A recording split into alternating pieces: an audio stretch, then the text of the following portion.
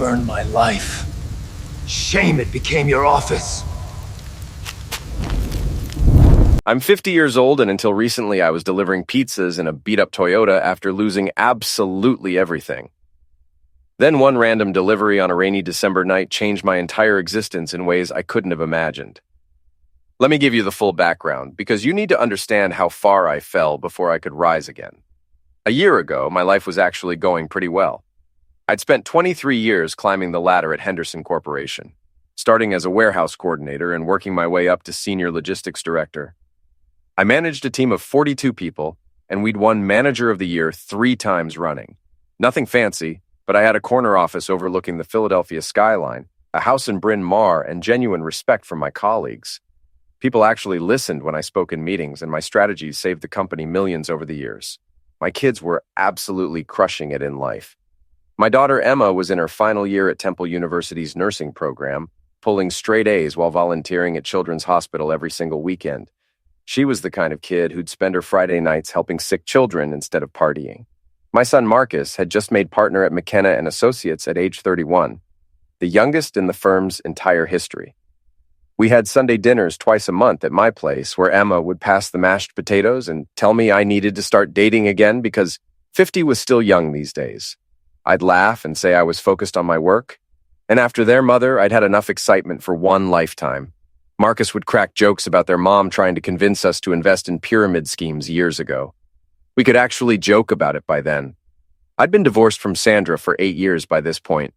The marriage had fallen apart because she constantly needed more of everything. More money, more status, more prestige, more attention. Nothing was ever enough for her. After the divorce, she bounced between relationships with guys who had money. She left me for a real estate developer who went bankrupt within 2 years. Last I'd heard before everything went down, she was working as a receptionist at a dental office. The kids and I were genuinely better off without the constant fighting and drama that had defined our household when she lived with us. My mother Dorothy had raised me completely alone after my dad Michael died in a car accident when I was just 2 years old. She worked brutal double shifts at Philadelphia General Hospital for 30 years to put me through school, never once complaining about her situation or making me feel like a burden. She'd always been suspicious of people with too much charm and too little conscience. She used to tell me I was too trusting, just like my father had been. She'd say that Michael saw the good in everyone, even when there wasn't any good to find. Mom died peacefully in her sleep 3 years ago, leaving me a box of my father's belongings and one final piece of advice that I wish I'd paid more attention to. The world isn't always fair, Raymond, but truth has a way of finding daylight eventually. She was right about that.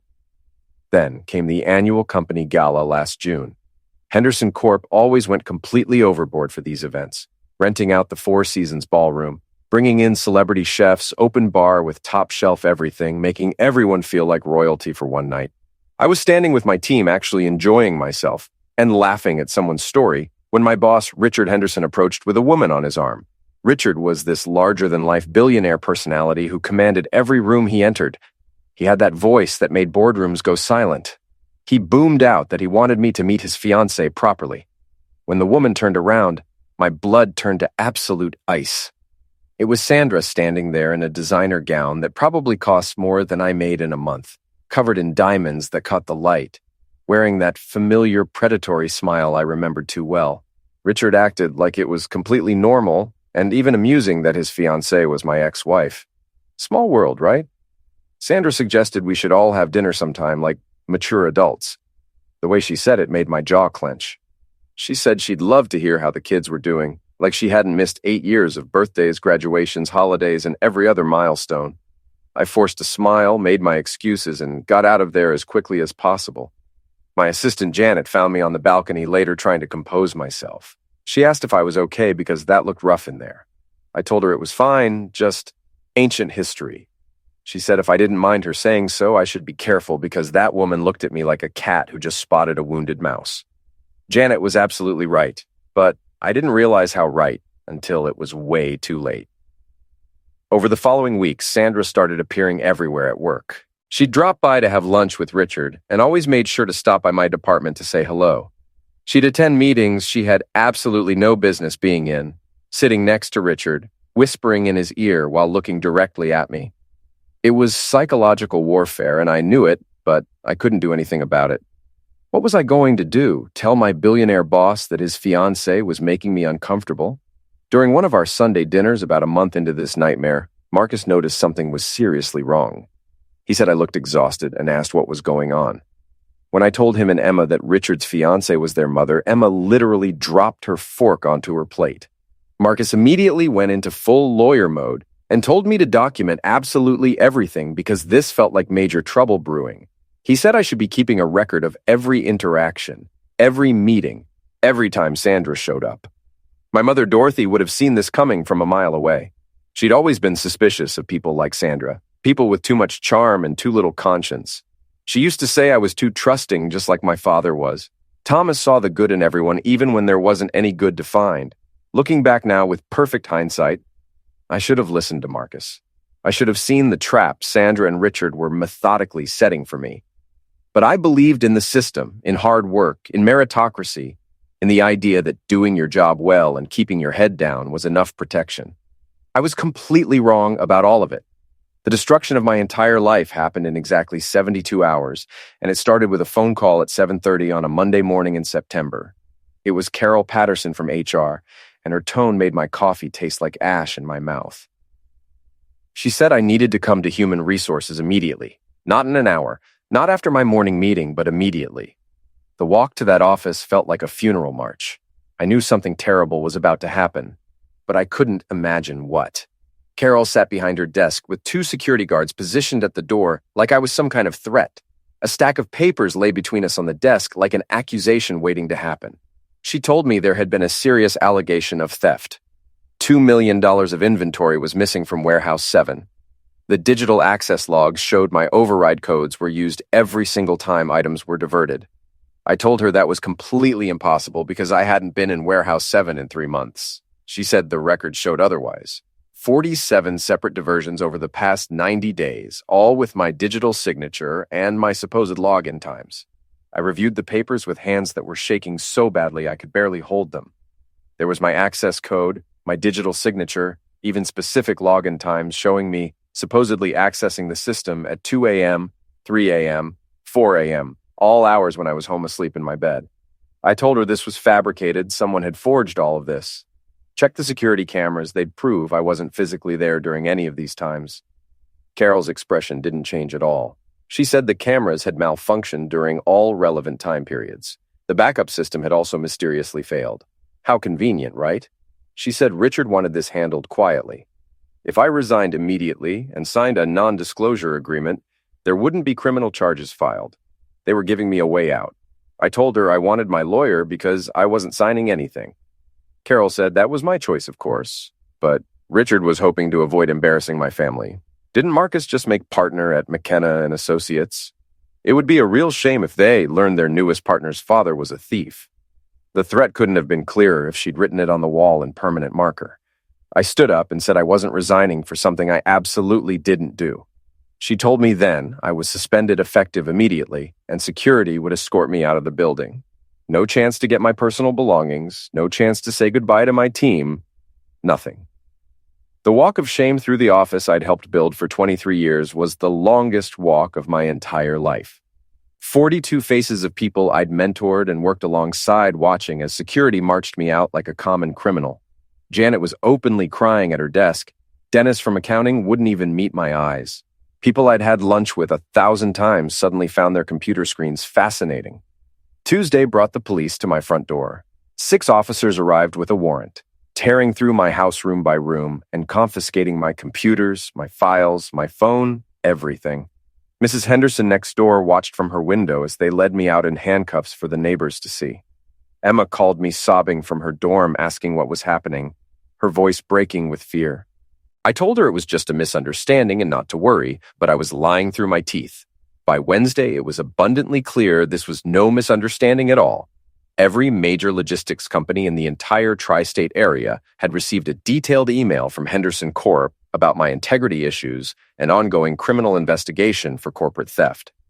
My LinkedIn flooded with former colleagues and contacts, distancing themselves from me. 23 years of carefully built professional relationships evaporated in 23 hours. People I'd known for decades suddenly didn't know me at all. The text from Sandra came Wednesday evening just as the sun was setting. Enjoy being nobody, Dave. You were always too small for the life I wanted. Richard sends his regards. Reading those words felt like being punched in the stomach. I called Marcus and told him I needed a lawyer who wasn't afraid of Richard Henderson. He said he'd represent me himself, that we'd fight this together. I refused because he'd just made partner, and I wouldn't let them destroy his career too. He'd worked too hard to get there. The lawyer I hired, James Morrison, cost $500 per hour. By week 3, my savings were hemorrhaging like a severed artery. By month 2, the house went into foreclosure, and the legal bills had consumed absolutely everything I had.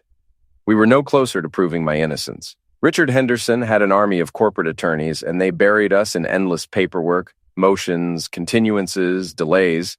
It was end by 1,000 cuts. My lawyer, James, finally admitted something devastating in early November. He said Richard had done this exact thing before. 3 other executives who'd somehow crossed him or gotten in his way ended up with similar accusations, and none of them could prove their innocence. The pattern was clear if you knew where to look. When I asked if I should just give up, he said I was David fighting Goliath, except Goliath owned all the stones and the slingshot too. I sold everything I owned to keep paying legal bills. The house, the car, my father's watch that my mother had saved for me for 3 decades. Marcus tried to give me money, but I refused to take it. Emma offered to leave school and work full-time, but I told her I'd rather die than let her sacrifice her future for Richard's lies. Some things were non-negotiable. Tony's Pizza was the only place that would hire me without running a background check. The owner, Tony Marcelli, was old-school Italian and didn't care what the papers said about me. He told me straight up, "You show up on time, you work hard, you get paid." That was his only requirement, and I met it. Delivering pizzas at 50 years old was a special and horrible kind of humiliation that's difficult to describe. My first delivery was to someone from my old department.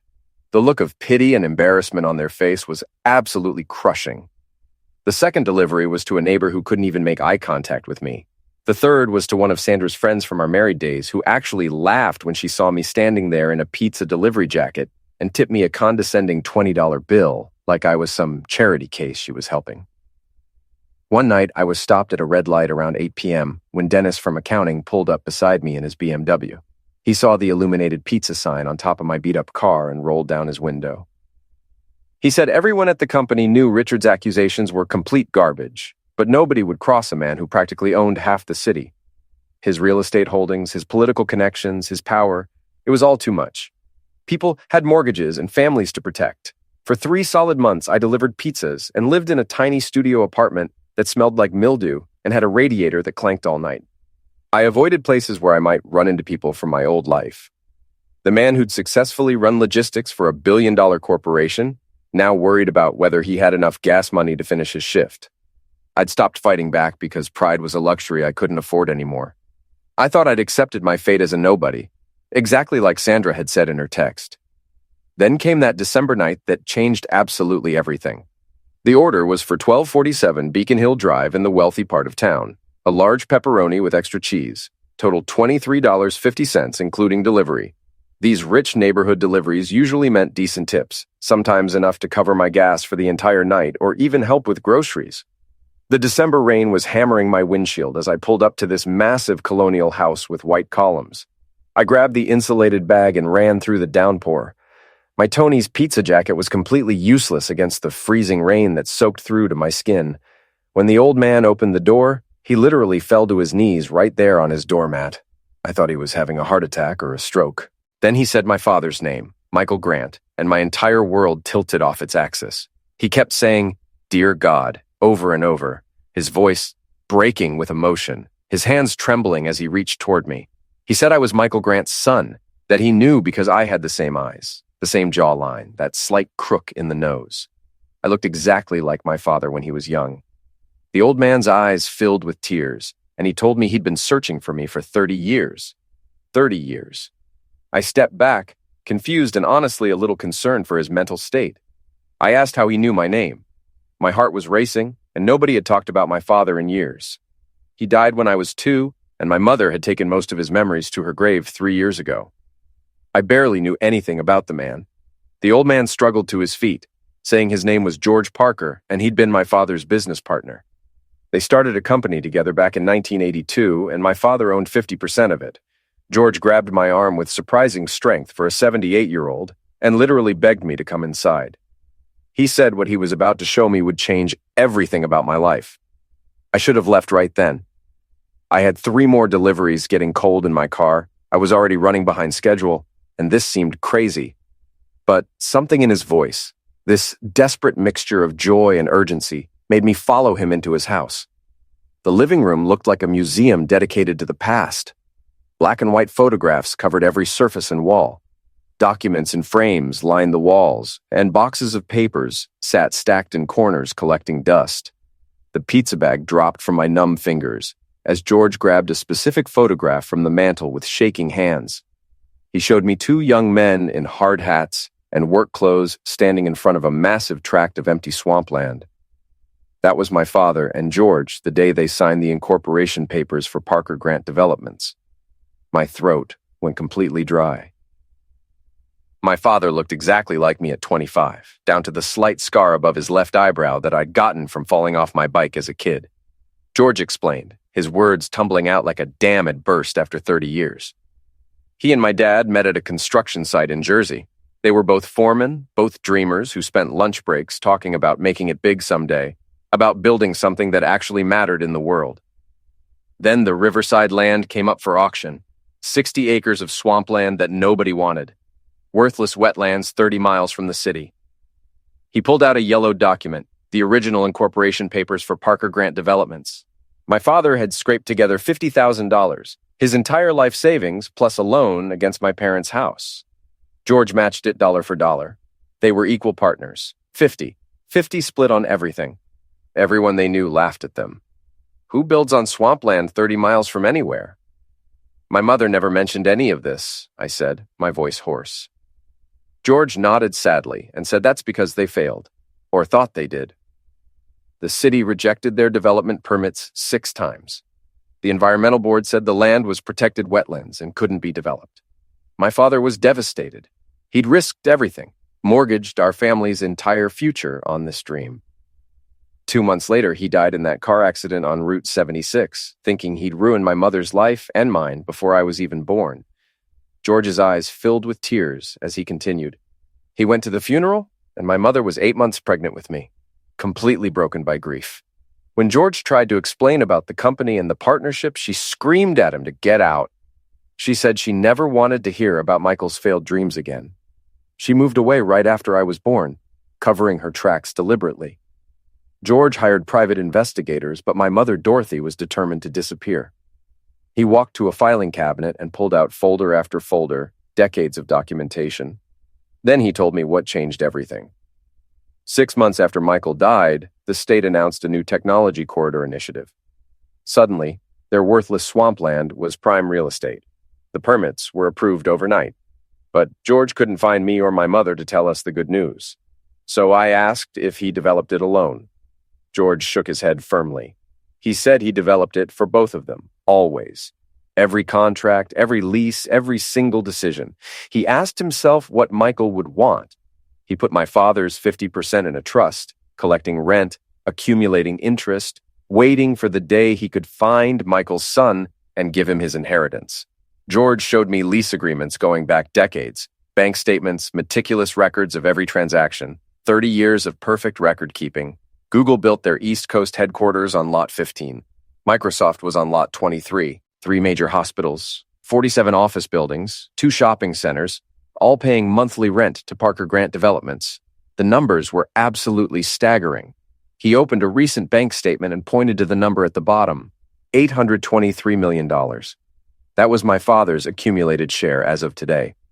But he said there was something more important than the money I needed to know about. He pulled out a specific lease agreement, and my blood froze solid in my veins. Richard Henderson's signature stared back at me from the page. Henderson Industries had been their anchor tenant for 15 years. Lot 47, the crown jewel of the entire corridor. His entire operation, all of it, ran from that building on our land. George explained that the lease came up for renewal next month. I was literally shaking as I asked if he was telling me Richard Henderson had been renting from us this whole time. George nodded and said yes, and there's more. There was a morality clause he'd insisted on in every single lease they wrote. Any tenant convicted of fraud, theft, or unethical business practices could be evicted with just 30 days' notice. My father had wanted only honest, ethical businesses operating on their land. I thought about Sandra's text saying I was nobody, about Emma crying on the phone asking what was happening, about Marcus offering me money he didn't have, about 3 months of delivering pizzas while Richard Henderson sat in his corner office on my father's land, destroying innocent people's lives for sport and his own amusement. I told George I needed him to introduce me to his lawyers, the very best ones he knew. He smiled and said it was already done. Patricia Chen from Chen & Associates was expecting my call first thing in the morning. He said my father would be so proud that I'd survived what would have broken most men.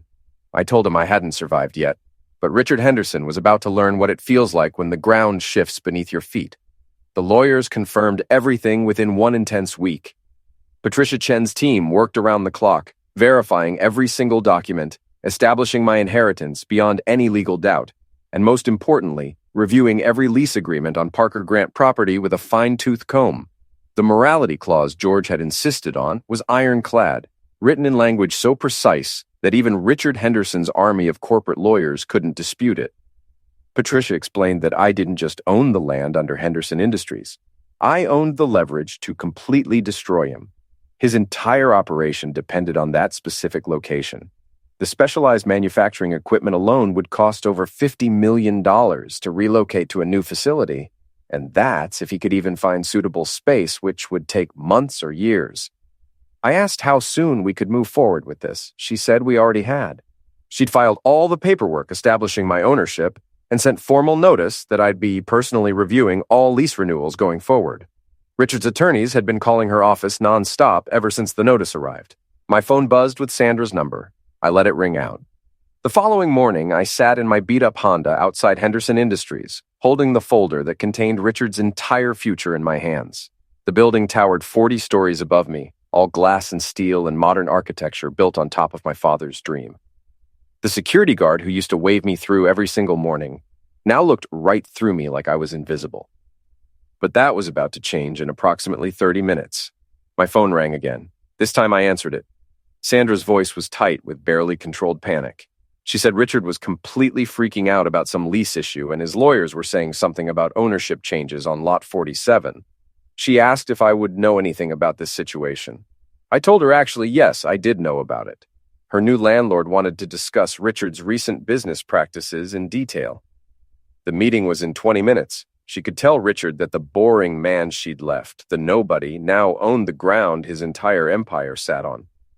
The silence on the other end was absolutely beautiful. Then came the shriek. She said that was impossible, that I delivered pizzas for a living. I said not anymore and told her I'd see her in the conference room shortly. Then I hung up while she was still talking. I walked through that lobby in my best suit, the one I'd managed to save from my old life. The receptionist looked completely confused until Patricia and her legal team swept in behind me. 6 lawyers in perfect formation, all carrying briefcases and exuding authority. We announced we were there for the emergency meeting with Richard Henderson. Conference room A, Patricia said calmly. The elevator ride to the 40th floor felt like ascending to justice itself. When we entered the conference room, Richard was already there with his entire legal team assembled. 12 lawyers arranged like a defensive wall. Sandra sat beside him, and her face was pale under the fluorescent lights, her perfectly applied makeup not quite hiding her fear. I took the seat at the head of the table and thanked Richard for agreeing to meet with his landlord on such short notice. Richard's face went from confused to furious to absolutely terrified in about 3 seconds flat. Patricia slid the ownership documents across the polished conference table. She explained in a calm, professional voice that I'd inherited 50% of Parker Grant developments from my father, and as of last week had assumed full control of lease negotiations for Lot 47, where his headquarters sat. Richard snarled that we couldn't do this, that he had a lease, that this was extortion. I calmly explained that his lease expired in exactly 30 days and contained a comprehensive morality clause. I asked Patricia to share what our investigators had found over the past week. She opened her laptop, and the evidence appeared on the conference room screen. 17 former employees had provided sworn affidavits about false accusations, planted evidence, and targeted maltreatment. We had 3 people who'd been accused of theft using the exact same method Richard had used against me. Digital signatures forged, mysteriously malfunctioning cameras, the entire playbook documented in detail. Richard said we couldn't prove anything that would stand up in court. I told him we didn't have to prove it in court. The morality clause didn't require criminal conviction, just credible evidence of unethical business practices. But I was prepared to offer him a choice between two options. I stood up and looked down at the man who'd destroyed my life for sport. Option 1, vacate the premises in 30 days and move your entire operation elsewhere. Good luck finding 40 floors of specialized space with your exact infrastructure needs. His real estate team would tell him it was impossible in that time frame. His voice cracked as he asked what option 2 was. I told him he could publicly clear my name, pay me $30 million in damages for what he'd done, and sign a new lease at triple the current rate. Oh, and one more small thing. He had to divorce Sandra immediately. Richard slammed his fist on the table hard enough to make the water glasses jump. He said I couldn't force him to divorce her. I explained that no, I couldn't legally force him, but I could make staying married to her extremely expensive. Every month they remained married, his rent would double. Month 1, $6 million. Month 2, $12 million. Month 3, $24 million. Month 4, $48 million. How long before his board of directors decided she wasn't worth the cost? Sandra was standing now, backing toward the door in her designer heels, clicking on the marble floor. She said we could work this out, that she never meant for things to go this far. I didn't even look in her direction. I told Richard he had exactly 24 hours to decide which option he wanted.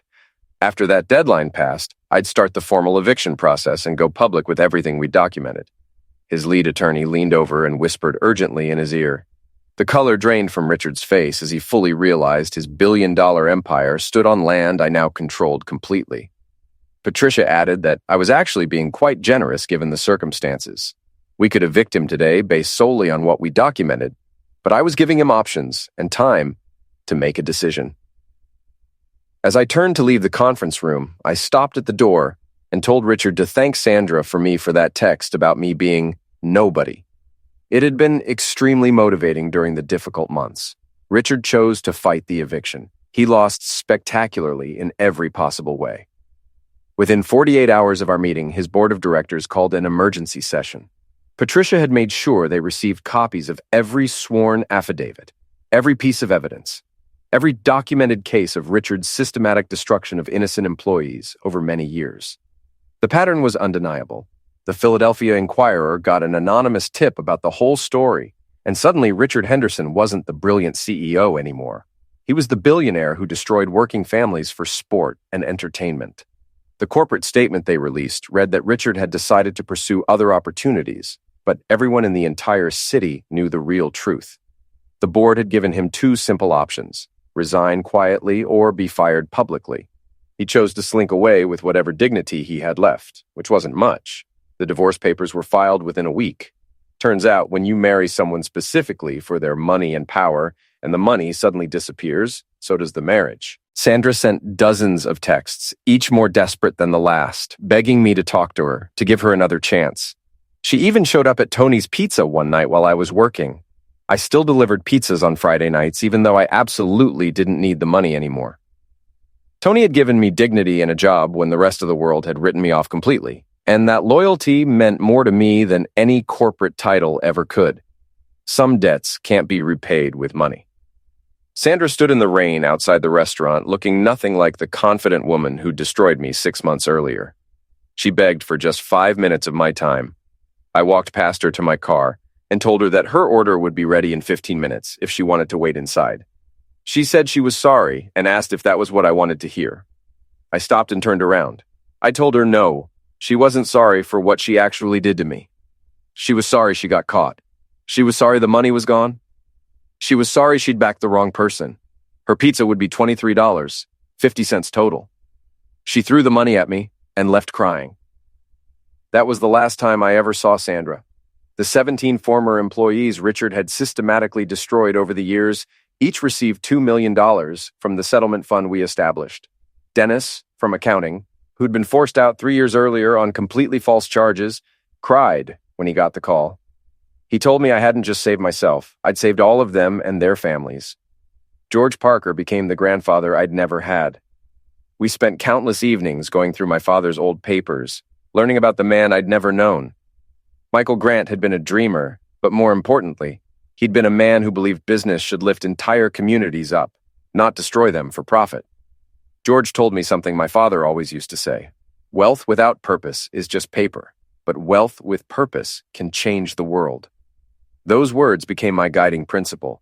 We converted half of the Riverside Technology Corridor into affordable housing specifically for displaced workers and families.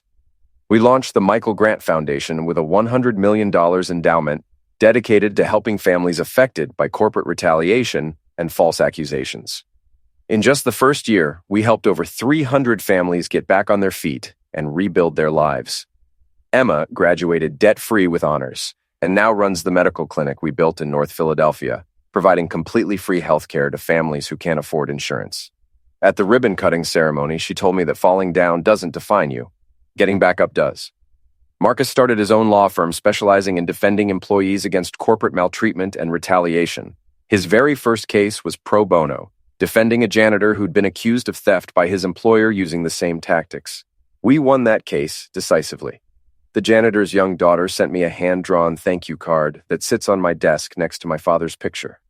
My granddaughter Sophie, Marcus's newborn daughter, will grow up in a world where our family name means something important and positive. Not because of money or power, but because when we got power, we made the deliberate choice to use it to protect people who didn't have any. Standing in my father's old office one evening, which is now mine, George placed his hand on my shoulder. He said Michael would be so incredibly proud that I didn't just reclaim wealth. I reclaimed my father's original dream of using success to lift other people up. I looked at the framed photo of my father on the wall. That young man full of hope and dreams, standing in front of worthless swampland nobody else wanted. He died thinking he was a complete failure, never knowing he'd actually built an empire. But more importantly, he'd built it with integrity, with clauses demanding ethical behavior, with a vision that business should serve communities rather than destroy them for profit. The best revenge wasn't the money or the power. It wasn't watching Richard lose everything or reading Sandra's desperate texts begging for another chance. The best revenge was the photo I sent Sandra on what would have been her first wedding anniversary with Richard. It showed me handing keys to a young single mother, another sufferer of corporate retaliation, as she moved into her new apartment in our affordable housing complex with her 2 children. The message I included read, "This is what being somebody actually looks like." She never responded to that message, but I didn't need her to respond. I'd learned the most important lesson of all through this entire experience. Sometimes being nobody is just the universe's way of preparing you to become somebody who actually matters and makes a difference. Sometimes the ground beneath your feet isn't pulling you down. It's getting ready to lift you up higher than you ever imagined possible. My father left me more than $800 million in assets and property. He left me purpose and integrity and a blueprint for how to use power responsibly. And that legacy is worth more than any amount of money could ever be.